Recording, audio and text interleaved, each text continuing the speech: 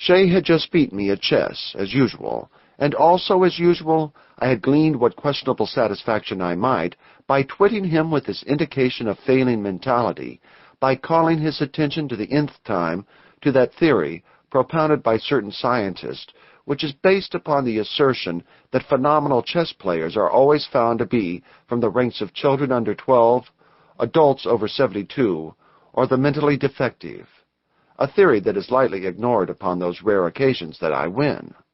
Shay had gone to bed, and I should have followed suit, for we are always in the saddle here before sunrise. But instead I sat there before the chess table in the library, idly blowing smoke at the dishonored head of my defeated king. While thus profitably employed, I heard the east door of the living room open and someone enter. I thought it was Shay returning to speak with me on some matter of tomorrow's work, but when I raised my eyes to the doorway that connects the two rooms, I saw framed there the figure of a bronze giant, his otherwise naked body trapped with a jewel-encrusted harness from which there hung at one side an ornate short sword, and at the other a pistol of strange pattern. The black hair, the steel-gray eyes, brave and smiling, the noble features. I recognized them at once, and leaping to my feet, I advanced with outstretched hand. "John Carter," I cried. "You?" "None other, my son," he replied, taking my hand in one of his and placing the other upon my shoulder. "And what are you doing here?" I asked. "It has been long years since you revisited Earth, and never before in the trappings of Mars. Lord, but it is good to see you, and not a day older in appearance than when you trotted me on your knee in my babyhood.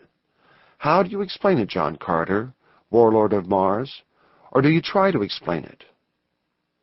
"Why attempt to explain the inexplicable?" he replied.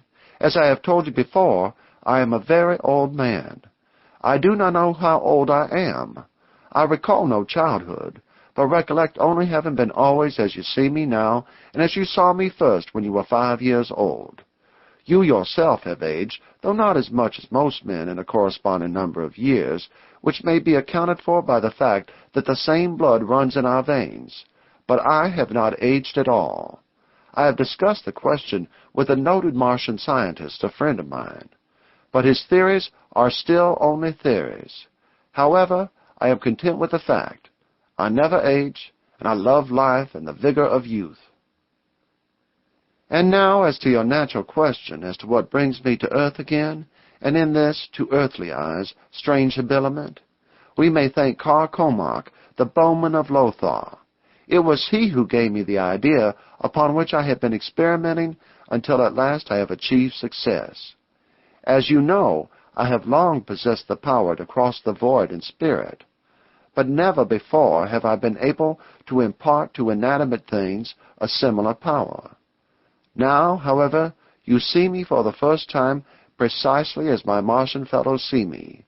You see the very short sword that has tasted the blood of so many a savage foeman, the harness with the devices of helium and the insignia of my rank, the pistol that was presented to me by Tars Tarkas, Jeddak of Thark. Aside from seeing you, which is my principal reason for being here, and satisfying myself that I can transport inanimate things from Mars to Earth, and, therefore, animate things if I so desire, I have no purpose. Earth is not for me. My every interest is upon Barsoom, my wife, my children, my work. All are there. I will spend a quiet evening with you, and then back to the world I love even better than I love life." As he spoke, he dropped into the chair upon the opposite side of the chess table. "You spoke of children," I said. "Have you more than Carthoris?" "A daughter," he replied, "only a little younger than Carthoris, and barring one, the fairest thing that ever breathed the thin air of dying Mars. Only Dejah Thoris, her mother, could be more beautiful than Tara of Helium." For a moment he fingered the chessmen idly. "We have a game on Mars similar to chess," he said, "very similar. And there's a race there that plays it grimly, with men and naked swords. We call the game Jetan.